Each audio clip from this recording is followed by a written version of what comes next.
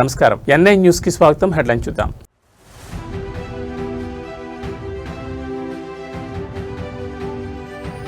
నేడు ఏపీ పారిశ్రామిక అభివృద్ధిలో నవశకం. నక్కపల్లిలో 1.36 లక్షల కోట్లతో స్టీల్ ప్లాంట్కు శంకుస్థాపన.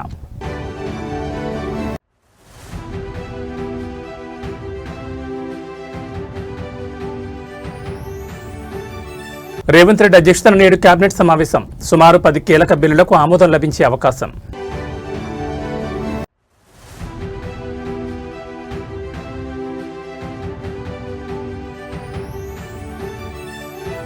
బియ్యం ఎగుమతుల్లో భారీ కుంభకోణం. అసెంబ్లీలో హరీష్ రావు తీవ్ర ఆరోపణలు.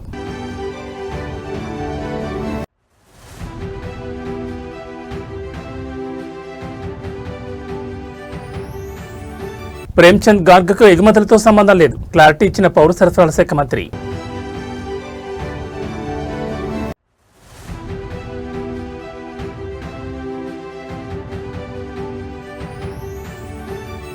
తెలుగు రాష్ట్రాల్లో కోట్లకు బాంబు బెదిరింపులు, ఉలిక్కిపడ్డ న్యాయ వ్యవస్థ. ఇక డీటెయిల్స్ చూస్తే ఆంధ్రప్రదేశ్ రాష్ట్ర పారిశ్రామిక చరిత్రలో నేడు ఒక చారిత్రాత్మక ఘట్టం ఆవిష్కృతం కాబోతోంది. అనకాపల్లి జిల్లా నక్కపల్లి మండలం రాజేపేటలో సుమారు 1.36 లక్షల కోట్ల భారీ పెట్టుబడితో ఆర్సెల్ఆర్ మెటల్, నిప్పాన్ స్టీల్ ఇండియా ఏర్పాటు చేస్తున్న గ్రీన్ఫీల్డ్ ఇంటిగ్రేటెడ్ స్టీల్ ప్లాంట్కు ముఖ్యమంత్రి చంద్రబాబు భూమి పూజ చేయనున్నారు. దేశంలోనే అతిపెద్ద గ్రీన్ఫీల్డ్ ఇంటిగ్రేటెడ్ స్టీల్ ప్లాంట్ కానుండడం దీని అతిపెద్ద ప్రత్యేకత. ఏడాదికి 17.8 మిలియన్ టన్నుల ఉక్కు ఉత్పత్తి సామర్థ్యంతో 2 దశల్లో ఈ ప్లాంట్ సాకారం కానుంది. ఈ ప్రాజెక్టు ద్వారా ప్రత్యక్షంగా పరోక్షంగా సుమారు 1 లక్షల మందికి ఉద్యోగ ఉపాధి అవకాశాలు లభిస్తాయని అంచనా వేశారు. ఉక్కు కర్మాగారానికి అనుబంధంగా 11,198 కోట్లతో ఒక క్యాప్2 పోర్ట్ను కూడా నిర్మిస్తున్నారు. ఈ ఓడరేవు ద్వారా మరో 6,000 మందికి ఉపాధి లభించనుంది. ప్లాంట్కు మెరుగైన రవాణా సౌకర్యం కల్పించేలా జాతీయ రహదారి 16తో అనుసంధానిస్తూ 4 లేన్ల విస్తరణ పనులు శరవేగంగా జరుగుతున్నాయి. ఏఎంఎన్ఎస్ ఇండియా రాకతో విశాఖ రీజియన్ భవిష్యత్తులో గ్లోబల్ పరిశ్రమల హబ్గా మారనుంది. ఈ శంకుస్థాపన కార్యక్రమానికి కేంద్ర మంత్రులు హెచ్డి కుమారస్వామి, రామ్మోహన్ నాయుడు, శ్రీనివాస్ వర్మ, పెమ్మసాని చంద్రశేఖర్, రాష్ట్ర మంత్రులు పవన్ కళ్యాణ్, నారా లోకేష్, బంగల్పూడి అనిత తదితరులు హాజరు కానున్నారు. Mittal company executive chairman Lakshminarayana Mittal, Aditya Mittal కూడా ఈ వేడుకల్లో పాల్గొంటారు.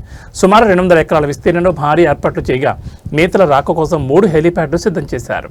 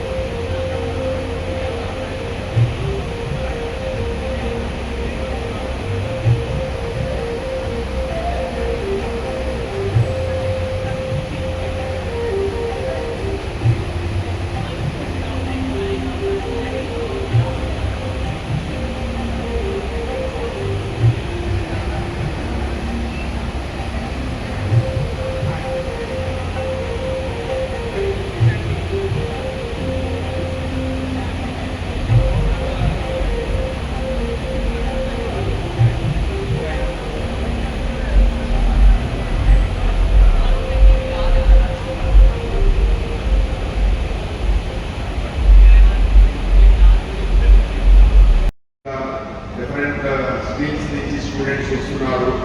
సో వాళ్ళందరినీ అప్రోప్రియేట్ లొకేషన్స్లో ఉండేదని చూడడం and ensuring that too much over crowding అవ్వకుండా అట్లీస్ట్ ఎన్ని చైర్స్ ఉన్నాయో ఆ చైర్స్ వరకు ప్రాపర్గా కూర్చోబెట్టి మిగతా వాళ్ళు అలా హోల్డింగ్ ఏరియాలో బ్యాక్ ఆపేస్తారు. సో ఇది కొంచెం చూడండి. అండ్ ఏ డిపార్ట్మెంట్ సంబంధించి స్టాఫ్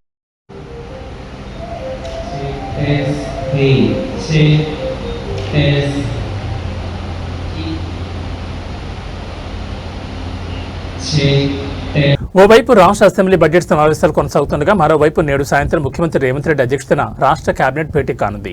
ఈ సమావేశంలో సుమారు 10 కీలక బిల్లులకు ప్రభుత్వం ఆమోదముద్ర వేసే అవకాశం ఉంది. ముఖ్యమంత్రి రేవంత్ రెడ్డి అధ్యక్షతన సోమవారం సాయంత్రం 5 గంటలకు అసెంబ్లీ కమిటీ హాల్ 1లో ఈ మంత్రివర్గ సమావేశం జరగనుంది. సభలో ప్రవేశపెట్టబోయే పలు డ్రాఫ్ట్ బిల్లులపై చర్చించి వాటికి తుది రూపం ఇవ్వనున్నారు. ఈ భేటీలో ప్రధానంగా 3 అంశాలపై రాష్ట్ర ప్రభుత్వం ఫోకస్ పెట్టినట్లు సమాచారం. ఇందులో గిగ్ వర్కర్ల సంక్షేమ బిల్లు 2025 ప్రధానంగా కనిపిస్తోంది. కేంద్రం తీసుకొచ్చిన సామాజిక భద్రత కోడ్ నేపథ్యంలో రాష్ట్రంలోని సుమారు 3 నుంచి 4 లక్షల మంది ప్లాట్ఫామ్ ఆధారిత గిగ్ వర్కర్లకు గుర్తింపు కార్డులు, ఉద్యోగ భద్రత, బీమా, ఆరోగ్య పథకాలను అందించడమే ఈ బిల్లు ప్రధాన లక్ష్యం. దీనిపై ఇప్పటికే అడ్వకేట్ జనరల్ అభిప్రాయాన్ని ప్రభుత్వం తీసుకుంది. అలాగే కోర్ అర్బన్ యాక్ట్పై నిర్ణయం తీసుకోబోతున్నారు. పాత జీహెచ్ఎంసీ చట్టంలో స్థానంలో కొత్తగా కోర్ అర్బన్ యాక్ట్ డ్రాప్ బిల్లుపై చర్చ జరగనుంది. పట్టణ పరిపాలనలో విప్లవాత్మక మార్పుల కోసం దీన్ని తీసుకురానున్నారు. ఇంకా మారుతున్న ఆర్థిక నిబంధనలకు అనుగుణంగా జీఎస్టీ చట్టంలో అవసరమైన మార్పులపై కేబినెట్ నిర్ణయం తీసుకోనుంది. మరోవైపు తెలంగాణ అసెంబ్లీ సమావేశాలు నేడు తిరిగి ప్రారంభం కానున్నాయి. ఈ నెల 20న ఆర్థిక మంత్రి మల్లు భట్టి విక్రమార్క ప్రవేశపెట్టిన బడ్జెట్ పద్ధతులపై నేడు సభలో సుదీర్ఘ చర్చ జరగనుంది. సభ్యుల సందేహాలు, విపక్షాల విమర్శల మధ్య ప్రభుత్వం తన బడ్జెట్ ప్రాధాన్యతలను వివరించనుంది. రాష్ట్ర పౌర సరఫరాల శాఖలో బియ్యం ఎగుమతుల చుట్టూ భారీ కుంభకోణం జరిగిందంటూ ఇవాళ అసెంబ్లీలో బీఆర్ఎస్ డిప్యూటీ ఫ్లోర్ లీడర్ మాజీ మంత్రి హరీష్ రావు సంచలన ఆరోపణ చేశారు. సిబిఐ, ఈడీ వంటి కేంద్ర దర్యాప్తు సంస్థల కేసులో నిందితుడిగా ఉన్న వ్యక్తిని ప్రభుత్వానికి అడ్వైజర్గా ఎలా నియమించుకుంటారని ఆయన ప్రశ్నించారు. ఈ వ్యవహారంపై తక్షణమే హౌస్ కమిటీ వేయాలని డిమాండ్ చేశారు. వేల కోట్ల బ్యాంక్ ఫ్రాడ్, బంగారం స్మగ్లింగ్ వంటి సిబిఐ, ఈడీ కేసులో నిందితుడిగా ఉన్న ప్రేమ్చంద్ గార్గ్ అనే వ్యక్తిని బియ్యం ఎగుమతులకు అడ్వైజర్గా ఎందుకు నియమించుకున్నారని హరీష్ రావు నిలదీశారు. ఆయన ఇచ్చిన తప్పుడు సలహాల వల్లే రాష్ట్ర ఖజానాకు భారీ గండిపడిందని ఆరోపించారు. 10 లక్షల మెట్రిక్ టన్నుల బియ్యాన్ని ఫిలిప్పీన్స్కి ఎగుమతి చేస్తామని, ఇది ఒక అంతర్జాతీయ విజయమని గొప్పలు చెప్పుకున్న ప్రభుత్వం తీరా చూస్తే కేవలం 22,750 టన్నుల దగ్గర ఎందుకు ఆగిపోయిందని ప్రశ్నించారు. ఏడాది కాలంగా సుమారు 7,500 టన్నుల బియ్యం కాకినాడ పోర్టులోనే నిలిచిపోయి పురుగులు పడుతున్నాయని, దీనికి బాధ్యులెవరని అని అడిగారు. వాటాల బేరసారాలు కుదరకపోవడం వల్ల ఎగుమతులు ఆగిపోయాయని హరీష్ ఆరోపించారు. కాంగ్రెస్ పాలన పారదర్శకంగా ఉంటే తాము తప్పు చేయలేదని భావిస్తే ఈ కుంభకోణంపై విచారణకు హౌస్ కమిటీ వేయాలని, దీన్ని తాము ఆధారాలతో సహా నిరూపిస్తామని సవాల్ విసిరారు. అధ్యక్ష, గౌరవ మంత్రి గారు యాసంగి పంటలో రబీకి బోనస్ ఎప్పట్లోగా చెల్లిస్తారంటే ఆయన సమాధానం చెప్పడం లేదు. ఒకటి. రెండోది అధ్యక్ష, ప్రేమ్చంద్ గారు అడ్వైజర్ గా పెట్టుకున్నారా లేదా అంటే పెట్టుకున్నాము అంటలేడు, పెట్టుకోలేదు అని సమాధానం చెప్పడం లేదు. అదేవిధంగా ఫైల్స్ మీ దగ్గర పెట్టడానికి కూడా ఆయన ముందుకు రానందుకు నిరసనగా ప్రభుత్వం నుంచి సరియైన సమాధానం రానందుకు మా తీవ్ర నిరసన తెలియజేస్తూ కూర్చుంటున్నాం.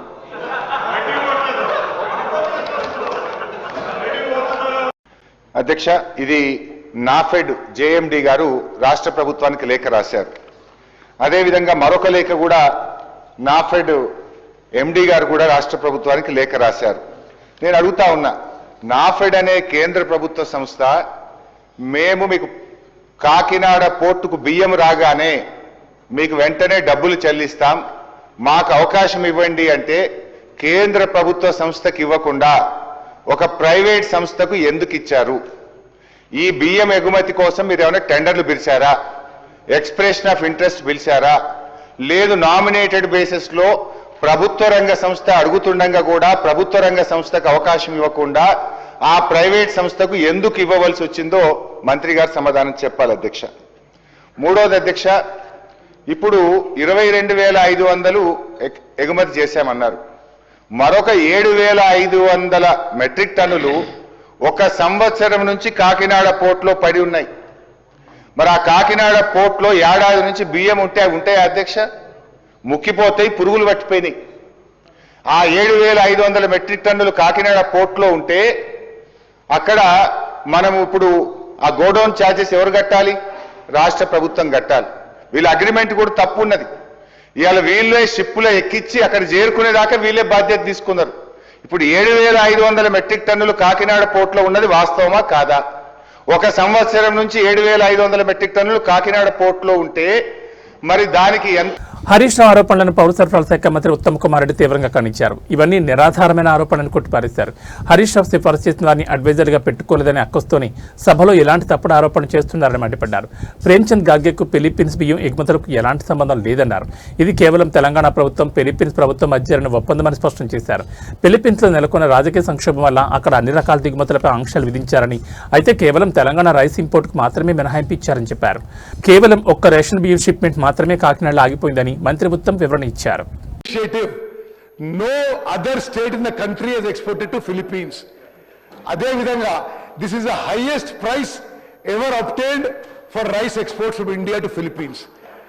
అదే విధంగా అధ్యక్ష, నేను మళ్ళీ ట్రై చేస్తా.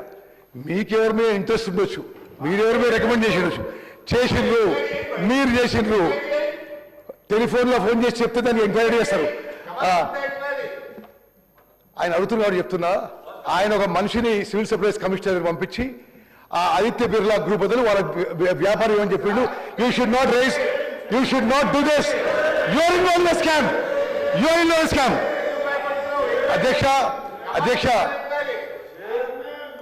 హరీష్ రావు గారు, ఇటువంటి విషయాలు నార్మలీ హౌస్లో ప్రస్తావించాను నేను. బట్ మీరు చేసి మళ్ళా ఇంకో తప్పు చేస్తే బాగా ఎంక్వైరీ ఇప్పుడు నువ్వు ఇరిగేషన్ మినిస్టర్ అన్ని ఎంక్వైరీలు చేయాల్సి వస్తుంది ఇప్పుడు దానికి. అధ్యక్ష, ప్రేమ్ చంద్ గర్గ్ అనే వ్యక్తికి ఫిలిప్పీన్స్ రైస్ ఎక్స్పోర్ట్కి ఏమీ సంబంధం లేదు. తెలంగాణ ప్రభుత్వం ప్రతి గింజ కొనుగోలు చేయడానికి వీఆర్ కమిటెడ్. సన్న బియ్యానికి 500 రూపాయలు బోనస్ ఇవ్వడానికి our government is committed. Thank you. Kalwakurthy ఎత్తిపోతల పథకం పరిధిలో సాగునీరు అందక పంటలు ఎండిపోతున్నాయని, రైతులను ఆదుకునేందుకు తక్షణమే నీటిని విడుదల చేయాలని కాంగ్రెస్ ఎమ్మెల్యే కత్తిరెడ్డి నారాయణ రెడ్డి ప్రభుత్వాన్ని మరియు అధికారులను కోరారు. నీటి సరఫరాలో జరుగుతున్న వ్యత్యాసాల వల్ల కల్వకుర్తి ప్రాంత రైతులు తీవ్ర ఇబ్బందులు ఎదుర్కొంటున్నారని ఆయన ఆవేదన వ్యక్తం చేశారు. కల్వకుర్తి ఎత్తిపోతల నీళ్లు ప్రస్తుతం వనపర్తి వరకు మాత్రమే పరిమితం అవుతున్నాయని, బుద్ధారం వైపు నీటి ప్రవాహం ఎక్కువగా ఉండడం వల్ల కల్వకుర్తికి అన్యాయం జరుగుతుందని ఆయన పేర్కొన్నారు. పథకంలో మొత్తం 5 మోటార్లు ఉండగా ప్రస్తుతం కేవలం 3 మోటార్లు మాత్రమే నడుస్తున్నాయని, మిగిలిన 2 మోటార్లు రిపేర్లో ఉండడం వల్ల నీటి పంపిణీ సామర్థ్యం తగ్గిందని తెలిపారు. నీరు సకాలంలో అందగా పొలాలు బీడుబారుతున్నాయని, ఎండిపోతున్న పంటలు చూసి రైతులు కన్నీరు పెడుతున్నారని ఆయన వివరించారు. యుద్ధ ప్రాతిపదికన రిపేర్లో ఉన్న మోటార్లను పునరుద్ధరించి 5 మోటార్ల ద్వారా పూర్తి స్థాయిలో నీటిని పంపించేయాలని ఎమ్మెల్యే డిమాండ్ చేశారు. కల్వకుర్తి ఆయకట్టు చివరి భూములకు కూడా నీరు అందేలా అధికారులు పర్యవేక్షించాలని ఆయన కోరారు. మా కల్వకుర్తి ప్రాంతంలో ఈ పంటలు ఎండిపోయేటువంటి పరిస్థితి వచ్చినది అధ్యక్ష. కల్వకుర్తి ఎత్తిపోతల పథకం కొంతవరకే అంటే వనపర్తి వరకే వస్తున్నాయి. బుద్ధారం దగ్గర ఎక్కువగా నీళ్ళు వెళ్ళిపోతున్నాయి. మా గౌరవ మిత్రులు ఇక్కడే ఉన్నారు, మేఘారెడ్డి గారిని, వారిని కూడా రిక్వెస్ట్ చేస్తాం. ఎక్కువగా వెళ్ళిపోతున్నాయి. అది కూడా కాకుండా 3 మోటార్లే ఇప్పుడు నడుస్తున్నాయి అధ్యక్ష. 2 మోటార్లు రిపేర్లో ఉన్నాయి. కేఎల్ అయితే సార్ అయితే దాదాపుగా ఒక 15 రోజులు అవుతా ఉన్నది. పల్లీలు వేశారు, అవి తీయడానికి రెడీగా అయినది కానీ దాన్ని తీయడానికి కూడా ఇప్పుడు అవకాశం లేకపోయింది. ఒక్క తడి వచ్చినా కూడా వాళ్ళ పంట తీసుకోవడానికి అవకాశం వస్తుంది అధ్యక్ష. దాదాపుగా కల్వకుర్తి ఎత్తిపోతల పథకం ద్వారా వచ్చే నీళ్లు ఆ కెనాల్లో దాదాపుగా 100 కిలోమీటర్లు కాలువ ఉంది అధ్యక్ష. మరి పూర్తిగా ఎండిపోయింది. ఇప్పుడు దాదాపుగా 15 రోజులు అవుతా ఉంది. గౌరవ మంత్రి గారికి మీరు ఆఫీసర్స్కి అక్కడ ఇంజనీర్స్కి ఇన్స్ట్రక్షన్స్ చేస్తే తప్ప ఆ నీళ్లు వచ్చేటువంటి పరిస్థితి లేదు. రోజు మా రైతులు ముఖ్యంగా కల్వకుర్తి మండలానికి సంబంధించి ఇబ్బంది పడుతున్నారు. ఇక్కడ ఉన్నటువంటి మా వరి కొనుగోలు కేంద్రాలను త్వరగా మొదలు పెట్టాలని బీఆర్ఎస్ ఎమ్మెల్యే పల్లా రాజేశ్వరరెడ్డి కోరారు. దొడ్డు వడ్లకు ఇవ్వకుండా కేవలం సన్నవడ్లకు మాత్రమే బోనస్ ఇస్తున్నారని ఆయన తెలిపారు. సన్నవడ్లకు కూడా బోనస్ ఇవ్వకుండా బకాయి పెట్టారని అన్నారు. సన్నవడ్ల బకాయిలు 1200 కోట్లు ఎప్పుడు ఇస్తారో చెప్పాలని డిమాండ్ చేశారు. వచ్చే సీజన్లో వరి వెయ్యాలా వద్దా అనేది స్పష్టం చేయాలని పల్లా రాజేశ్వరరెడ్డి అసెంబ్లీ సాక్షిగా కాంగ్రెస్ ప్రభుత్వాన్ని కోరారు. యాతంగిలో పండించిన వడ్లను కొంటారా కొనరా చెప్పండి అని డిమాండ్ చేశారు. ముఖ్యమంత్రి గారు ఒక మాట మాట్లాడినరు, 50 లక్షల మెట్రిక్ టన్నులకే కేంద్రం యాక్సెప్ట్ చేసింది, కాబట్టి రైతులు మీరు ఆలోచించుకోండి అని చెప్పారు. మంత్రి గారేమో ప్రతి సంవత్సరం సీజన్ కాగానే గతంలో ఎన్నడూ లేనంతగా ఇవాళ రికార్డుగా ఇచ్చినామని చెప్పేసి ఒక స్టేట్మెంట్ ఇచ్చేస్తే వాళ్ళకు అనుకూల పత్రికలు రికార్డు స్థాయిలో సేకరణ అంటారు. ఎక్కడ రికార్డు స్థాయిలో అధ్యక్ష? మీరు ఇచ్చిన మీ యొక్క వెబ్సైట్ లో చూడండి. ఇవాళ 2014-15లో 24 లక్షల మెట్రిక్ టన్నుల ఆనాడు ప్రొక్యూర్ చేస్తే 2019-20 కేసీఆర్ గారు రెండో గవర్నమెంట్ వచ్చిన దగ్గర నుంచి వెళ్ళి ఫస్ట్ 1920లో 111 లక్షల మెట్రిక్ టన్నులు, 2021లో 141 లక్షల మెట్రిక్ టన్నులు, 21-22లో 120.65 లక్షల మెట్రిక్ టన్నులు, 22-23లో 131 లక్షల మెట్రిక్ టన్నులు. ఇది 4 సంవత్సరాల్లో గత ప్రభుత్వం ప్రొక్యూర్ చేసింది. మరి మీరు ప్రొక్యూర్ చేసింది ఎంత? 23-24 డిసెంబర్లో మీరు వచ్చినప్పుడు ఆనాడే ప్రొక్యూర్మెంట్ స్టార్ట్ అయింది. మొత్తం కలిసి 2 సీజన్లు కలిసి 95.31 lakhs.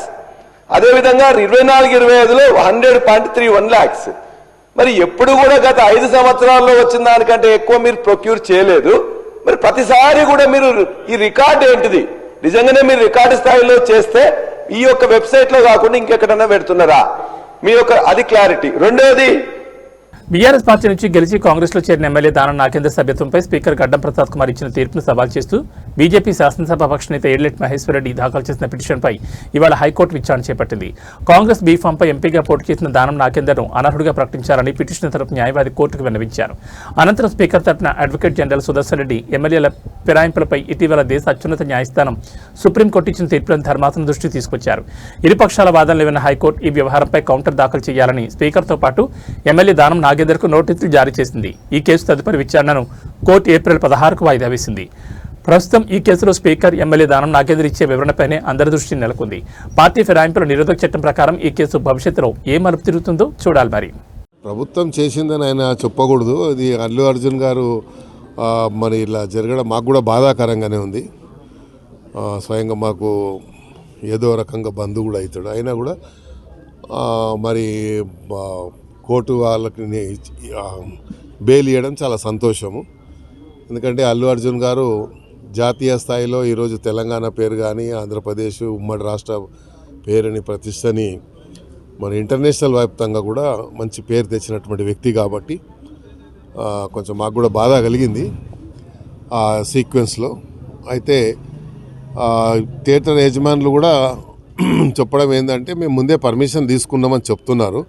మరి పర్మిషన్ని రిజెక్ట్ చేశారా లేదా అనేది తెలియదు. కాబట్టి ఏదేమైనప్పటికీ కోర్టు ద్వారా న్యాయం జరిగింది కాబట్టి చాలా సంతోషం.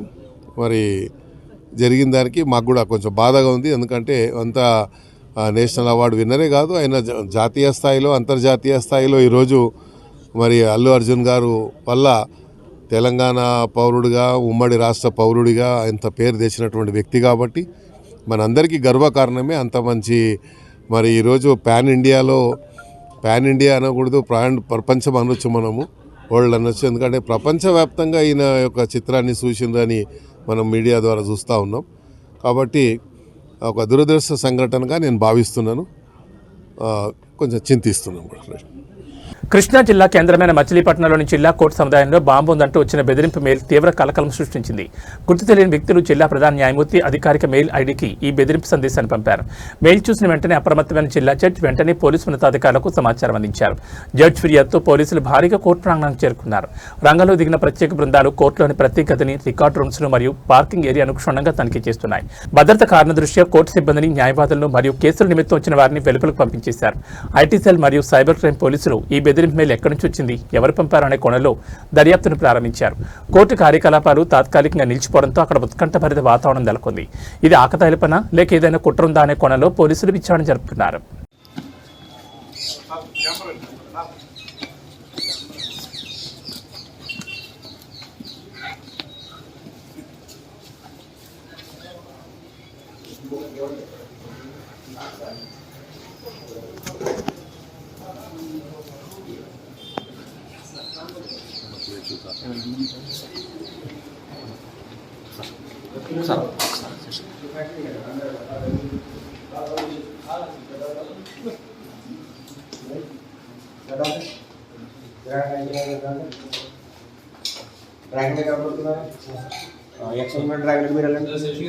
ఒక్క నిమిషం అందరూ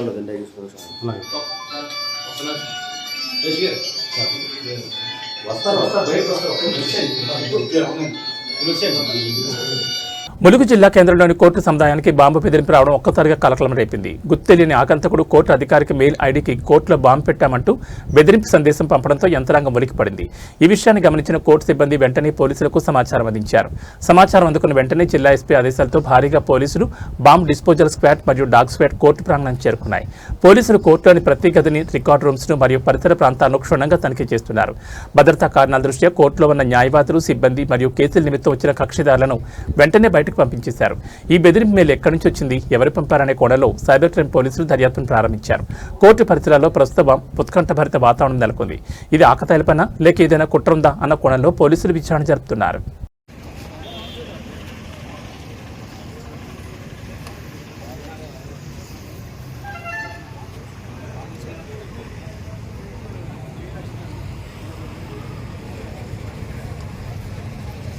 నక్కపల్లిలో ముఖ్యమంత్రి చంద్రబాబు నాయుడు పాల్గొనే స్టీల్ ప్లాంట్ శంకుస్థాపన కార్యక్రమం 10వ తరగతి విద్యార్థులకు శాపంగా మారింది.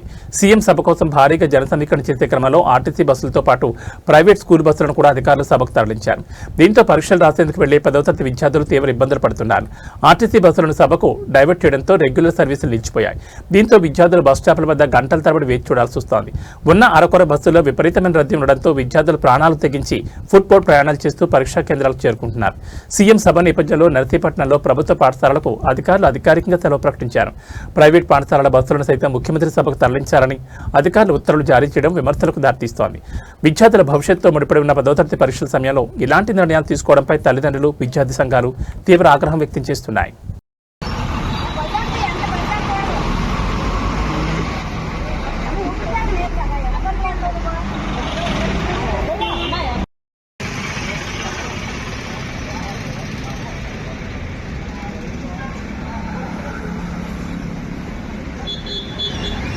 Deputy speaker Raghurama Krishna Raju custodial torture కేసులో నేడు సీసీఎస్ స్టేషన్లో విచారణకు ఐపీఎస్ అధికారి సునీల్ నాయక్ హాజరు కానున్నారు.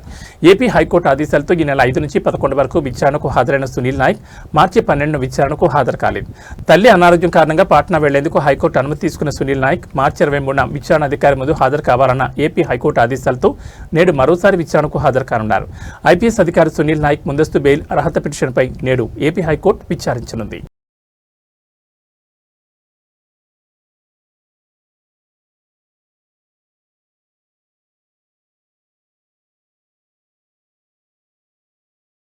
సోమవారం దేశీయ స్టాక్ మార్కెట్ భారీ పతనంతో ప్రారంభమైన విషయం తెలిసిందే. ఇదే సమయంలో గోల్డ్, సిల్వర్ ధరలు భారీగా పతనమయ్యాయి. ఒక్కరోజులోని తులం బంగారంపై 5,950 రూపాయలు తగ్గింది. శుభకార్యాల వేళ పసిడి ధరలు ఇంత మొత్తంలో తగ్గుతాయని ఎవరు ఊహించుంటారు. వారం ప్రారంభం మగువలకు తీపి కబురు అందించినట్లయింది. భౌగోళిక రాజకీయ అనిశ్చితులు కొనసాగుతున్నప్పటికీ బంగారం ఒక సురక్షిత పెట్టుబడిగా నిలుస్తోంది. ధరల తగ్గుదల పసిడి ప్రియులకు ఊరటనిస్తోంది. 22 క్యారెట్ల 10 గ్రాముల బంగారంపై 5,450 రూపాయలు తగ్గింది. 24 క్యారెట్ల 10 గ్రాముల బంగారంపై 5,950 తగ్గింది. కిలో వెండి ధర 20,000 తగ్గింది. హైదరాబాద్లో ఈ రోజు 22 క్యారెట్ల బంగారం ధర 12,835, 24 క్యారెట్ల బంగారం ధర 14,200 వద్ద ట్రేడ్ అవుతోంది. హైదరాబాద్ బులియన్ మార్కెట్లో 10 గ్రాములు 22 క్యారెట్ల బంగారం ధర 1,28,350 వద్ద ట్రేడ్ అవుతోంది. 24 క్యారెట్ల 10 గ్రాముల బంగారం ధర 1,40,200 వద్ద అమ్ముడవుతోంది. విశాఖపట్నం, విజయవాడలో కూడా ఇవే ధరలు కొనసాగుతున్నాయి. దేశ రాజధాని ఢిల్లీలో 22 క్యారెట్ల 10 గ్రాముల బంగారం ధర 1,28,500 వద్ద అమ్ముడవుతోంది. 24 క్యారెట్ల 10 గ్రాముల బంగారం ధర 1,40,170 వద్దకు చేరింది. బంగారంతో పోటీ పడుతూ ధర పెరుగుతున్న వెండి ధరలు కూడా నేరు భారీగా తగ్గుముఖం పట్టాయి. నేడు కిలో వెండిపై 20,000 తగ్గింది. హైదరాబాద్లో కిలో వెండి 2,30,000 వద్ద అమ్ముడవుతోంది. ఢిల్లీలో కిలో వెండిపై 15,000 రూపాయలు తగ్గి 2,30,000 వద్ద ట్రేడ్ అవుతోంది. ఈ బులెటిన్ విశేషాలు మరో బులెటిన్లో మళ్ళీ కలుసుకుందాం. నమస్కారం.